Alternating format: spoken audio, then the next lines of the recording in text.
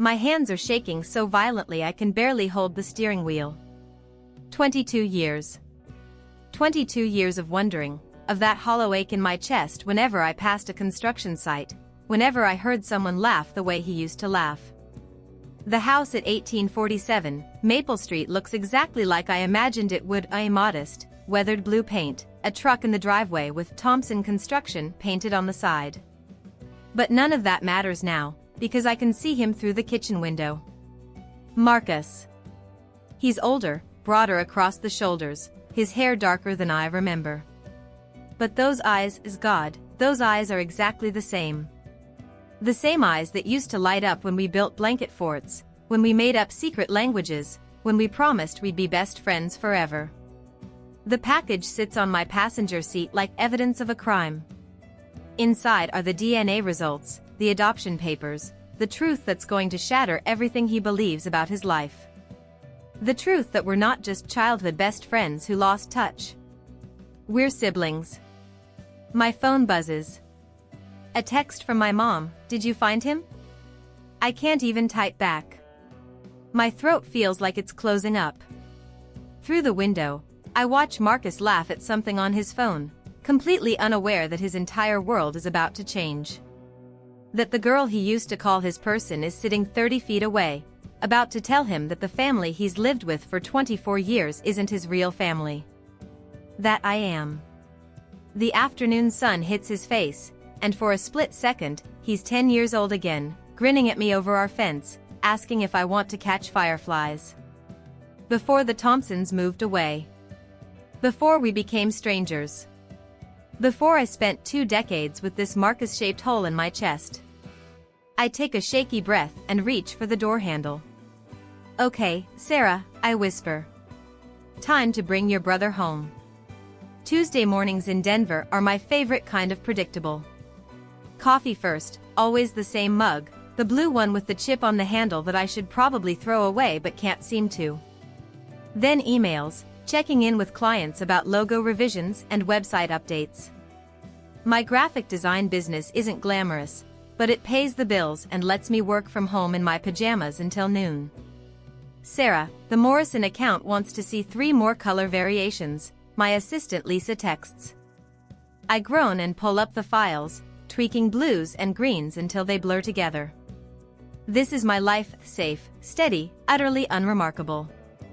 Around 11, I make a second cup of coffee out of habit, then remember I don't need it. The extra mug sits there on the counter, mocking me. I've been doing this for months now, making coffee for 2 when it's just me. My therapist would probably call it symbolic of unfulfilled connection or something equally therapist-y. My phone buzzes with a text from my college roommate Jenny. "Girls' night Friday? Margaritas and complaining about men?"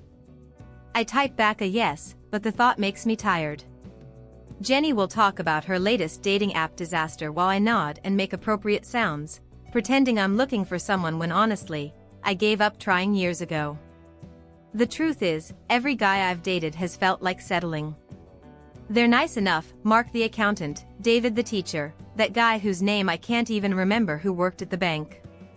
But there's always been this feeling like something's missing, like I'm comparing them to someone who doesn't exist anymore. Or maybe never existed at all. I flip through old social media notifications absently, the way you check your phone when you're avoiding work. Another friend request from someone I don't recognize. I hover over the accept button, wondering if it could be, but no. I've checked. Marcus Thompson isn't on Facebook, at least not with a profile picture I'd recognize. God, I need to stop this. It's been 22 years. He was 10 years old when his family moved away. He probably doesn't even remember me. But I remember him. I remember everything, the way he'd climb over the fence between our yards, how we'd spend entire summers making up elaborate games, building kingdoms in my mom's garden shed. He was the first person who ever really saw me, you know? Before I learned to be quiet, before I discovered that being too enthusiastic about things made other kids roll their eyes. Marcus never rolled his eyes. Marcus thought my weird ideas were brilliant.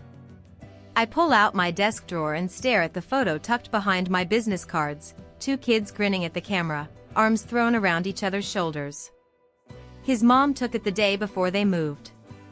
"So you'll remember each other," she'd said, not knowing it would become the most precious thing I own. Some people have that one person who knew them before they became who they had to be. I used to have that. Now I have client deadlines and grocery lists and a perfectly organized life that feels like it's missing its most important piece. My laptop chimes with another email. Back to work, back to the routine that keeps me from thinking too hard about the shape of the hole in my life that's exactly Marcus-sized. The doorbell rings right as I'm finishing my sad desk salad, mixed greens and cherry tomatoes that taste like disappointment. I glance at the clock, 1:47 p.m. Not expecting anything. Sarah Mitchell? The UPS driver is young, maybe 25, with that harried look they all get during busy seasons. He's holding a medium-sized box, brown cardboard softened at the edges like it's traveled far. "That's me. Sign here, please." He thrusts the electronic pad toward me, already turning toward his truck. I scribble something that barely resembles my signature and take the package. It's heavier than expected, substantial. The return address catches my eye first, Redstone Investigations, Austin, Texas. Then I see the shipping label. "Wait," I call out, but the truck is already pulling away, diesel exhaust lingering in the autumn air. The package isn't for me at all. M. Thompson, 1847, Maple Street, Austin, Texas, 78704. My address is 1847, Maple Avenue. Street versus Avenue, classic mix-up. But Austin, my chest tightens. I lived in Austin as a kid. The Thompson family lived in Austin. I turn the box over in my hands, feeling the weight of whatever's inside. The name M. Thompson stares back at me, and suddenly I'm 10 years old again, watching a moving truck pull away from the house next door. Back inside, I set the package on my kitchen counter and stare at it. The rational thing would be to call UPS, arrange for redelivery. But something about that name, that city, has my heart hammering against my ribs. M. Thompson. Marcus Thompson? It couldn't be. Could it? I pull out my phone and type Marcus Thompson Austin, Texas construction into Google. The search results make my coffee cup slip from my hands, ceramic shattering against the kitchen tiles. There he is. Older, broader, but unmistakably him. Those same dark eyes that used to follow me everywhere, the crooked smile that made me feel like I was the most interesting person in the world. The package sits between us like a bridge across 22 years of silence. I know I should call UPS. I know I should respect his privacy. But my hands are already reaching for the tape, and I can't seem to stop them. "Marcus," I whisper to the empty kitchen. "What are you hiding?" The tape comes off easier than it should, like the universe wants me to see what's inside. My hands are trembling so badly I nearly drop the box twice. This is wrong, I whisper to myself, but I can't stop. This is so wrong. Inside, nestled in bubble wrap, are manila folders. Official-looking documents with letterheads I don't recognize. My breath catches when I see the top folder labeled Thompson, Marcus' client file number 4471. I shouldn't be doing this. I shouldn't be doing this. I shouldn't. But I'm already opening the first folder. DNA test results from Ancestry DNA. A letter from something called Redstone Investigations. And then, at the bottom, a photograph that makes the world tilt sideways. It's Marcus. Not the construction worker Marcus from Google, but 8-year-old Marcus, sitting on a porch swing with a woman who definitely isn't Mrs. Thompson. The woman has his eyes, his smile. At the bottom, someone has written in careful handwriting, Marcus with birth mother, Jessica Reeves, 1999. Birth mother. Reeves, not Thompson. My hands won't stop shaking as I unfold the letter from the private investigator. Dear Mr. Thompson. After 6 months of research, I've uncovered significant information about your early childhood. Your birth certificate appears to have been altered. The Thompson family took you in unofficially at age 8 following the death of your biological parents, Michael and Jessica Reeves, in a car accident on Highway 35 in Austin, Texas, March 15, 2002. Your legal name was Marcus James Reeves. You had one sibling, a sister named Sarah Reeves, age 6 at the time of the accident. She was placed with a different family after your informal adoption arrangement with the Thompsons couldn't accommodate both children. The letter falls from my hands like it's on fire. Sarah Reeves. I stagger backward until I hit the refrigerator, my legs suddenly unable to hold me up. The kitchen spins around me, coffee-stained tiles in afternoon sunlight and the sound of my own ragged breathing. Marcus isn't just my childhood best friend. He's my brother. My actual, biological, blood-related brother. We lived next door to each other for 2 years, playing together every single day, building forts and sharing secrets and feeling like we understood each other in a way that went deeper than friendship. Because we were family. Because we were supposed to be together. And nobody knew. Not the Thompsons, not my adoptive parents, not us. We found each other by accident, by pure impossible chance, and then lost each other again when his family moved away. I slide down the refrigerator door until I'm sitting on the kitchen floor, surrounded by broken coffee mug pieces and the scattered contents of Marcus's life. The DNA results show matches with people I recognize, our Aunt Linda, who I thought was just my aunt. Our grandmother's maiden name, Peterson, which I always wondered about. In another folder, there are printouts of social media posts. Marcus has been looking for me. For years. One post from last month stops my heart. Still searching for information about my early childhood in Austin, Texas. I remember a girl named Sarah who lived next door. Dark hair, always wore a yellow bracelet. We were inseparable until my family moved. Sometimes I wonder if she was more than a friend, if she was family. The yellow bracelet. I reach instinctively for my jewelry box, where it's been sitting for 22 years, too precious to wear but too meaningful to throw away. He remembers. After all this time, through everything, he remembers me. And he's been looking for me, just like I've been missing him. I press my face into my knees and cry, for the lost years, for the cruel joke of growing up as neighbors when we should have grown up as siblings, for the fact that I'm holding his most private information in my hands when all I want is to hold him. Marcus, I whisper through my tears. I found you. I finally found you. I spend the entire night at my laptop, cross-referencing every piece of information in Marcus's file. My coffee has gone cold 3 times, but I can't stop searching. Thompson Construction, Austin. Their website shows Marcus as a project foreman, specializing in residential builds. There are testimonials praising his attention to detail, his reliability. Marcus built our dream home, one review says. He treated it like he was building for his own family. His own family. The irony cuts deep. I find his LinkedIn profile next. Graduated from Austin Community College with a degree in construction management. Worked his way up from apprentice to foreman in 8 years. The professional headshot shows laugh lines around his eyes, but there's something guarded in his expression, like he's holding back. His Facebook is mostly private, but I can see enough. Photos with the Thompsons at birthday parties, Christmas mornings.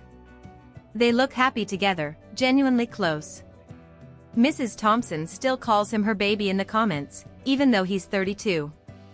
The guilt hits me like a physical blow. These people raised him. Loved him. And now I'm sitting here with documents that could destroy their family. I scroll through adoption forums next, searching for posts by Marcus Thompson. I find dozens going back 5 years.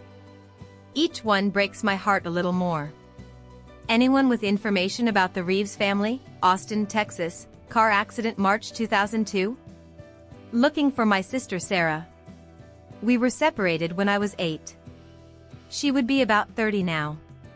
DNA matches show I have a sister named S. Mitchell in Colorado. Please contact me if this is you. S. Mitchell. Sarah Mitchell. He's been trying to reach me, and I never knew. I call my adoptive mom at 2:47 a.m., not caring that I wake her up. Sarah? Honey, what's wrong? Mom, I need you to tell me about my adoption. Everything you remember. Silence. Then a long sigh. We've talked about this before. The agency said your parents died in a car accident. You were in foster care for a few months before. Did I have a brother? Another silence, longer this time. Mom. Did I have a brother named Marcus? Sarah. Her voice breaks. We wanted to take you both. We tried so hard. But the other family had already started the process with him, and the state said it was better not to separate him from his placement since he'd been there longer.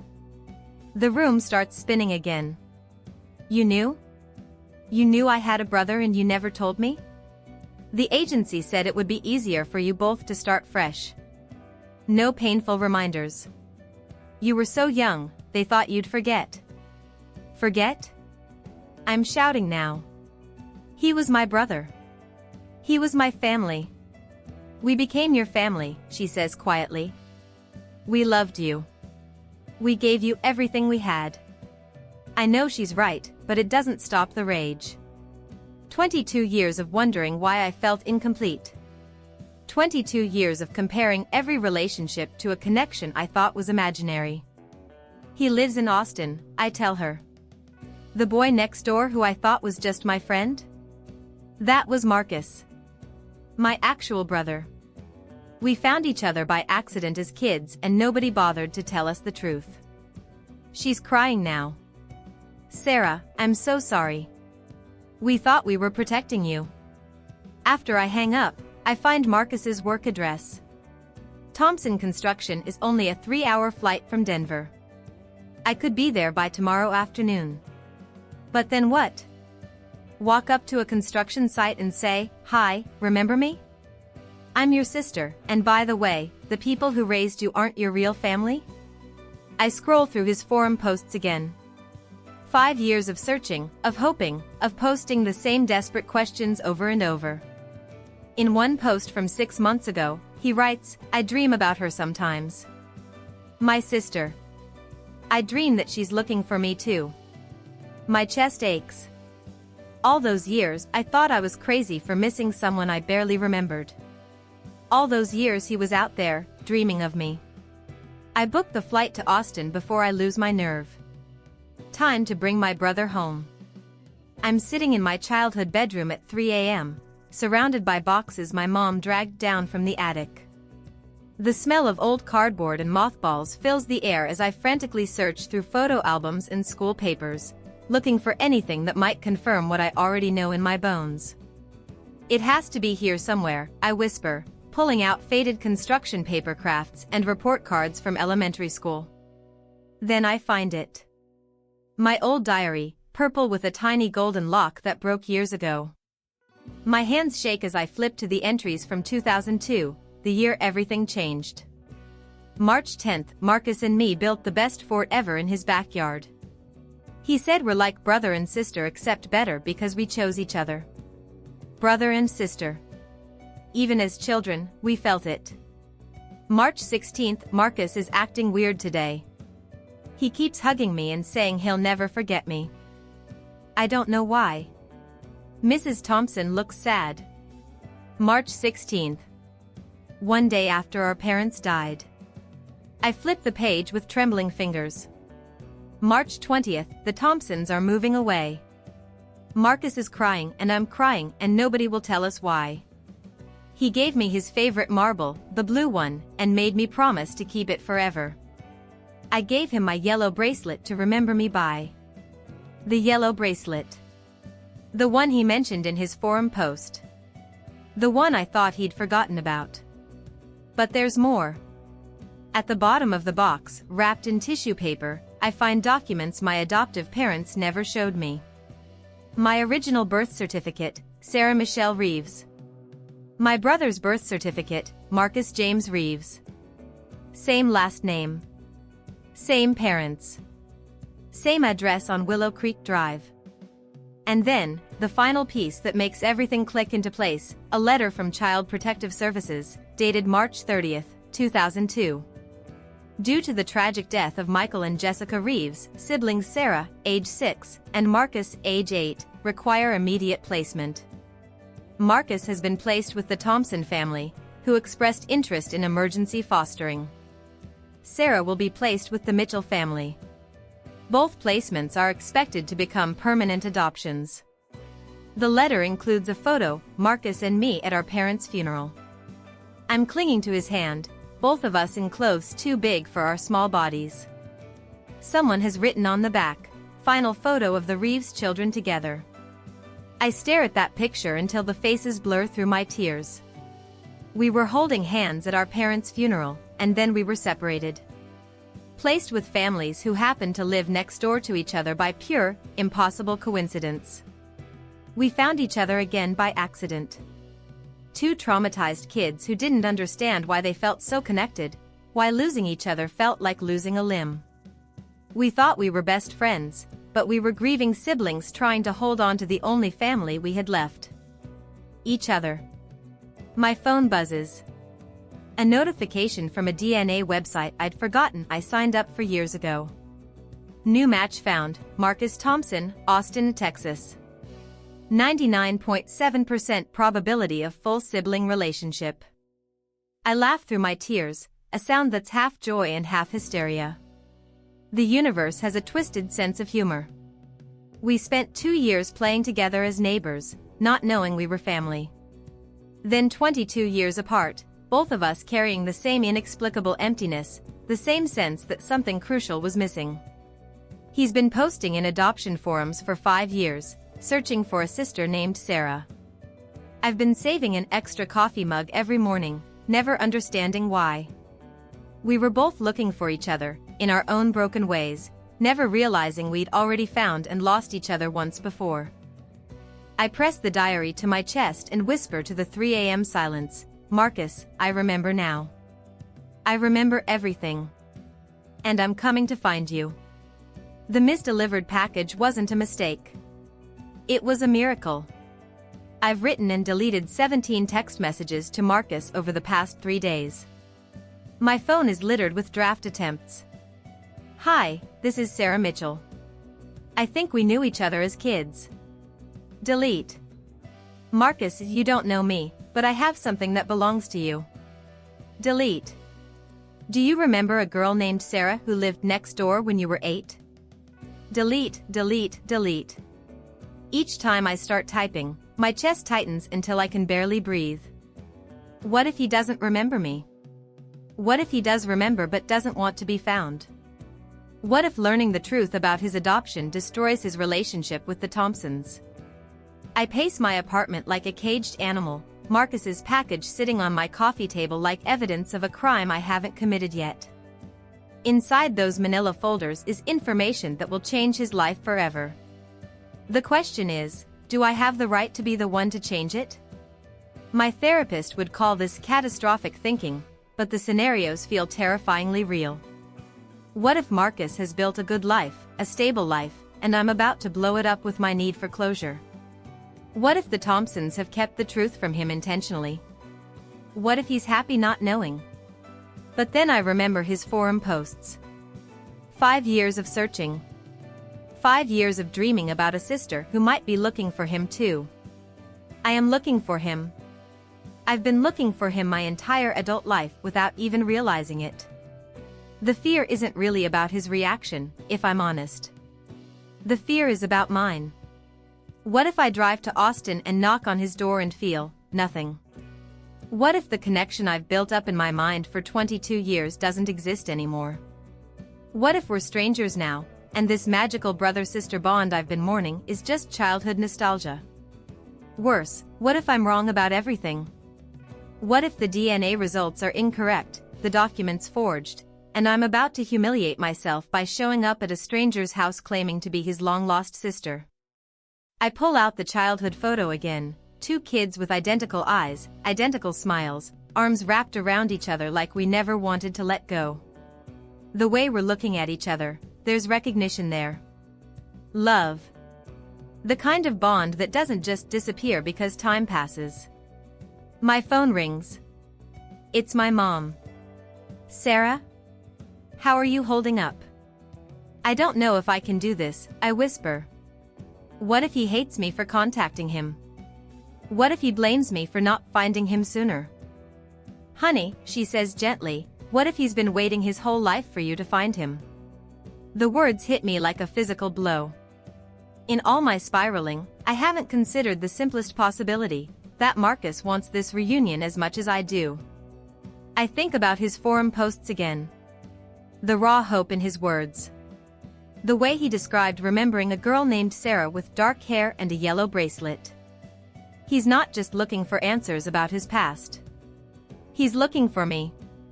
And I'm sitting here terrified of giving him exactly what he wants. I pick up my car keys before I can change my mind. Austin is a 14-hour drive from Denver. I'll have plenty of time to talk myself out of this on the way. But for the first time in 3 days, my chest doesn't feel tight. It feels hopeful. I'm going to Austin, I tell my mom. I think that's exactly what you should do. I'm going to find my brother.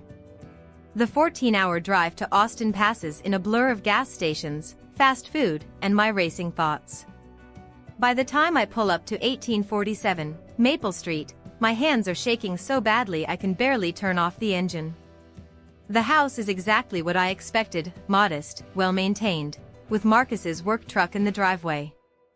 Through the kitchen window, I can see him moving around, and my heart nearly stops. Even from a distance, even after 22 years, I know that silhouette. I sit in my car for 10 minutes, clutching the package like a lifeline. Finally, I force myself to walk to the front door. 3 knocks.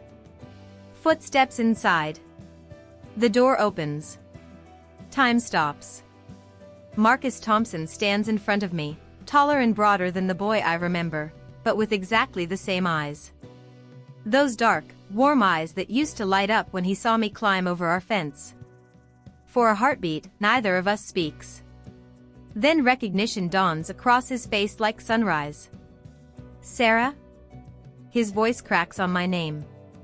Sarah Mitchell? Oh my God, is it really you? I can't speak. I'm nodding frantically, tears streaming down my face, and then his arms are around me and we're both crying and laughing and holding on to each other like we're afraid the other might disappear again. I can't believe it's you, he keeps saying, his voice muffled against my hair. I can't believe you found me. How did you find me? When we finally let go, he leads me inside, both of us wiping our eyes and grinning like idiots. His living room is comfortable, lived in, with photos of the Thompson family covering every surface. Photos that should include me too, if life had been different. I have something that belongs to you, I say, holding out the package with trembling hands. His face goes pale when he sees the return address. How did you get this? It was misdelivered to my house. Same street number, different street name. I watch him carefully. Marcus, I know what's in there. I know what you've been searching for. He opens the package with the same nervous energy I felt 3 days ago. I watch his world reshape itself as he reads the DNA results, the adoption papers, the letter from the private investigator. So the Thompsons aren't. His voice trails off. They're not your biological family, I say gently. But Marcus. I take a deep breath. I am. I pull out my own adoption papers, the matching birth certificates, the childhood photos. I watch his face as the pieces fall into place. We're siblings, I whisper. We lived next door to each other for 2 years, not knowing we were brother and sister. We found each other by accident as kids, and then lost each other again when your family moved. He stares at the documents for a long moment, then looks up at me with those familiar eyes. That's why, he says quietly. That's why I never forgot you. That's why losing you felt like losing a piece of myself. You were looking for me, I say, showing him printouts of his forum posts. For years, you were looking for me. Every day, he admits. I dreamed about you. I posted everywhere, hoping. God, Sarah, I never stopped hoping. We talk for hours, filling in the gaps of 22 years. He shows me photos of the Thompsons, tells me how they gave him everything, loved him unconditionally. The guilt I've been carrying eases when I see how happy they made him. They're still your family, I tell him. Biology doesn't erase love. No, he agrees, but it explains why I always felt like something was missing. Why I kept looking for you even when everyone said I should move on. As the sun sets outside his kitchen window, Marcus pulls something from his wallet, a faded, worn piece of yellow fabric. My bracelet, the one I gave him the day his family moved away. I never took it off until it broke, he says. But I kept the pieces. I laugh through fresh tears. I kept your blue marble. It's in my jewelry box back home. We're quiet for a moment, both of us marveling at the impossible chain of events that led us back to each other. What now? I ask. Marcus smiles, that same crooked grin that made me feel special when we were kids. Now we make up for lost time. 6 months later, I'm sitting in my new apartment in Austin, watching Marcus install shelves in what used to be my spare bedroom and is now his project room. He moved in 3 weeks ago, and we're still getting used to sharing space again after 22 years apart. Hand me that drill bit, he calls over his shoulder, and I realize this is what contentment feels like. This easy rhythm, this sense of completeness I'd forgotten was possible. People ask me all the time how I knew. How I was so sure that opening someone else's package was the right thing to do. The truth is, I didn't know. I just knew that hollow ache in my chest, the one I'd carried for decades, and when I saw Marcus's name on that box, something inside me recognized it like a missing puzzle piece clicking into place. My therapist says I've changed. That I seem lighter somehow, less guarded. She's right. For years, I kept people at arm's length because nobody felt quite right, nobody fit into that Marcus-shaped space in my heart. I thought there was something wrong with me, that I was too picky or damaged or broken to love anyone properly. Turns out I wasn't broken. I was just incomplete. Marcus and I talk every day now, making up for lost time. We've developed our own shorthand again, finishing each other's sentences like we used to when we were kids. Last week, he brought me coffee without asking how I like it. Somehow he just remembered I take it black with 1 sugar. These little moments of recognition, of being truly known, they heal something in me I didn't even realize was wounded. The Thompsons have been incredible through all of this. When Marcus first told them about me, Mrs. Thompson cried and said she always wondered about his friend Sarah from when he was little. They've welcomed me into their family with the same unconditional love they gave Marcus. At Sunday dinners, Mrs. Thompson insists I sit next to Marcus, like she's making up for all the meals we missed together. I've started making 2 cups of coffee in the mornings again, but now it's not out of habit or longing. It's because Marcus stumbles into my kitchen at 7 a.m. sharp, hair sticking up, demanding caffeine before he's capable of human conversation. The extra mug finally has a purpose. Sometimes I catch myself staring at him, while he's reading the newspaper, or explaining some construction problem to me, or just existing in my space, and I'm overwhelmed by the miracle of it. The universe took 2 grieving children, separated them, then spent 22 years orchestrating the most elaborate reunion in history. A misdelivered package. The exact right address mistake. The perfect timing.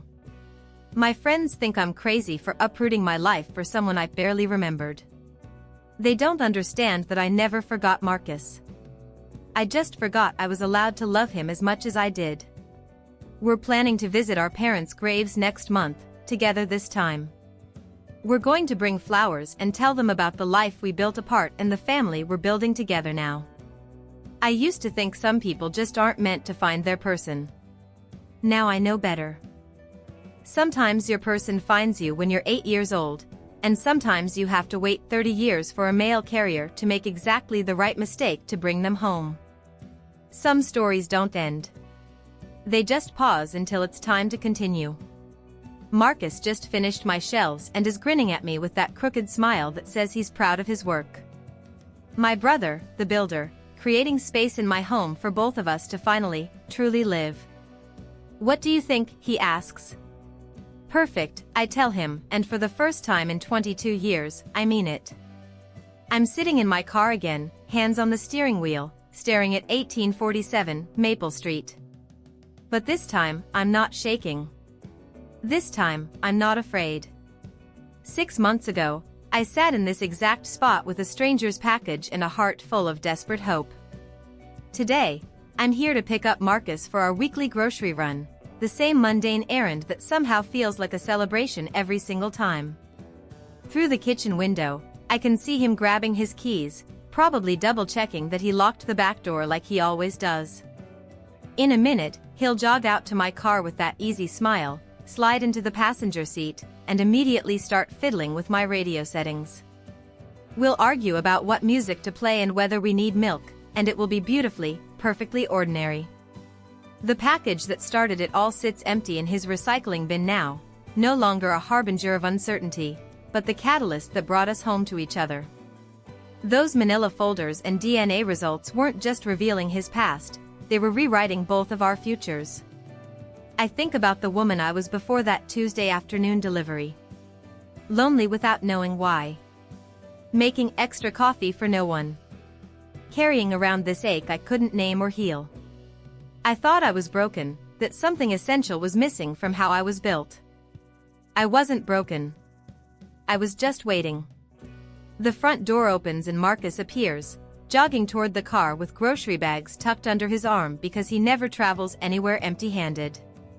When he slides into the passenger seat, he grins at me like he's genuinely happy to see me, even though we had breakfast together 3 hours ago. Ready, he asks. Ready, I say, and I am. For grocery shopping, for Sunday dinners with the Thompsons, for all the small moments that make a family.